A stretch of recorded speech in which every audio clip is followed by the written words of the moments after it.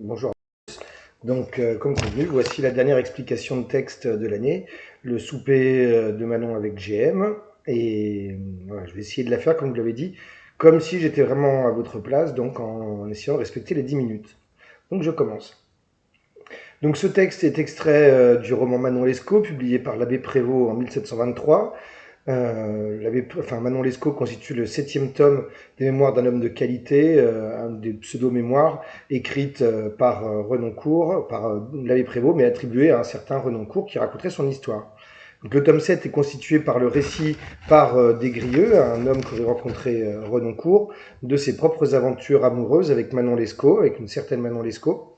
L'extrait qu'on va étudier se situe dans la première partie, et relate la première mauvaise action qui va conduire Manon et Desgrieux en prison, c'est-à-dire leur tentative d'escroquer GM au cours d'un souper. Donc GM s'est engagé avec Manon, il a prévu de l'entretenir, mais Manon, avec l'accord de son frère et de Desgrieux, a décidé de l'escroquer, c'est-à-dire de simplement récupérer son argent puis de s'enfuir.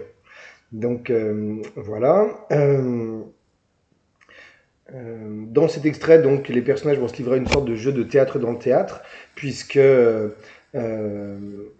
puisque Desgrieux, pardon, va se faire passer pour le frère de Manon et de Lescaut, le frère naïf qui arrive de province.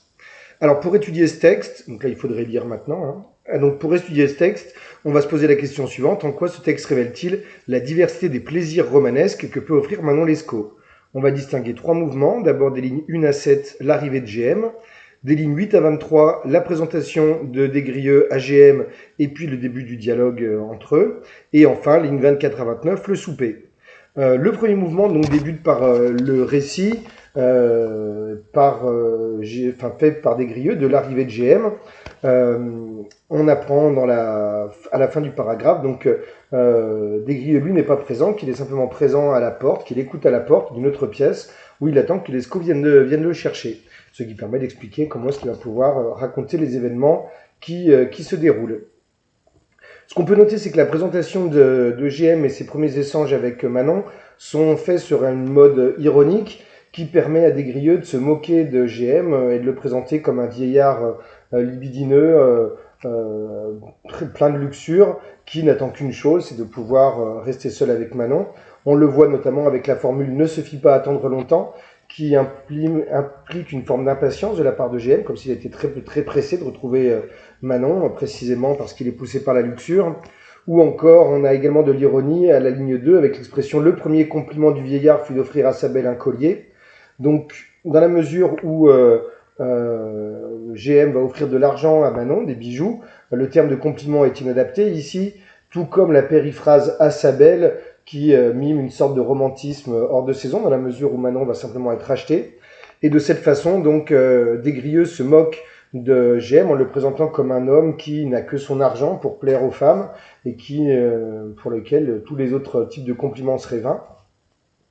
On voit toujours cette moquerie à la ligne 4-5 lorsqu'il évoque « il assaisonna son présent de quantité de douceur dans le goût de la vieille cour », avec ici une métaphore de l'assaisonnement qui dévalorise déjà par elle-même les galanteries qui sont dites par GM à Manon, mais en plus celles-ci sont dévalorisées parce qu'elles sont présentées comme hors de mode, donc il insiste à nouveau sur sa vieillesse par rapport à eux qui sont jeunes, donc dans le goût de la vieille cour. Donc on a ici Desgrieux, qui se moque de GM en le présentant comme un vieux beau ridicule, un vieux débauché, complètement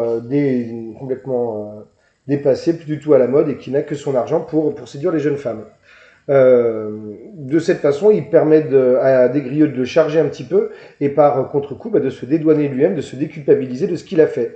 Or, ce qu'on observe également dans ce premier paragraphe, c'est que Desgrieux, a priori, comme Manon, ne valent guère mieux que GM en termes de décadence et de débauche, puisqu'on voit l'attention extrême que Desgrieux accorde à la valeur des bijoux qui sont apportés par GM à Manon. On a beaucoup d'annotations chiffrées, on a la précision également de beaux louis d'or aux lignes 3-4. On voit qu'il convertit immédiatement les bijoux en argent. Donc on voit vraiment ici l'image d'un jeune homme extrêmement intéressé qui parle avec beaucoup de précision de tout cet argent qui est donné ici On voit également que ces deux personnages, Manon et Desgrieux, ont véritablement une attitude de prostituée, de proxénète, quasiment, dans la façon dont ils évoquent le don de ces cadeaux par GM en échange de faveurs sexuelles de Manon, même si ici il ne s'agit que de baiser. On est néanmoins dans cette même dynamique. Donc ligne 5-6, Manon ne put lui refuser quelques baisers. C'était autant de droits qu'elle acquérait sur l'argent qu'il lui mettait entre les mains. Donc on a vraiment ici l'image de jeunes délinquants qui, en toute lucidité, s'apprêtent à aller escroquer un autre homme.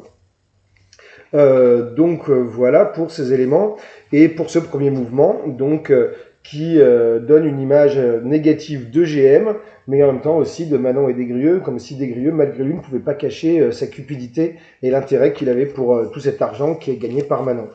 Le deuxième mouvement inaugure véritablement une scène de théâtre dans le théâtre, même on va le voir. La première phrase, la ligne 8, ne sert que de transition ici pour informer de l'arrivée de Lescaut, de Desgrieux, que Lescaut est allé chercher. On précise quand même avec la proposition subordonnée circonstancielle de temps, lorsque Manon eut serré l'argent et les bijoux, que Manon et Desgrieux apparaissent vraiment comme des gens intéressés, puisque finalement Desgrieux n'apparaît que quand Manon a mis l'argent en sécurité, c'est vraiment la seule chose qui les intéresse ici. On peut d'abord voir l'apparition de ce jeu théâtral par la relation qui s'instaure entre Desgrieux, GM et puis Lescaut. Lescaut donc qui présente Desgrieux comme son jeune frère. On voit l'autorité qu'il a sur lui, la ligne 9. Il m'ordonna de lui faire la révérence. Il vient le chercher par la main, donc il se met dans une posture d'autorité vis-à-vis de Desgrieux. Et on voit que celui-ci donc adopte un rôle de jeune provincial niais, comme il va le dire la ligne 18. L'un et l'autre, donc Lescaut et Desgrieux, étant apparemment profondément respectueux de GM. Donc, de ce point de vue, on a vraiment une sorte de transposition de théâtre dans le théâtre, dont on peut donner quelques exemples en pensant à la scène du malade imaginaire, lorsque Antoinette se fait passer pour un médecin. Donc à présent, Desgrieux, Lescaut et Manon vont jouer pour se moquer de GM. Et donc on a ici un texte original dans la mesure où, à l'intérieur d'un texte romanesque, il nous présente une scène qui semble tirer directement du roman. La phrase suivante confirme la dimension théâtrale avec Desgrieux qui fait ses révérences à GM, ce qui donne une dimension visuelle, introduit presque une forme de comique de geste. Et en apparence, donc ces révérences montrent du respect à l'égard de GM, mais l'insistance sur des révérences des plus profondes, ou en même temps l'imprécision 2 ou 3, manifeste que ce respect est exagéré de la part de Desgrieux. Il est outrancier précisément dans le but de se moquer de GM et de faire comprendre qu'il ne lui porte que du mépris.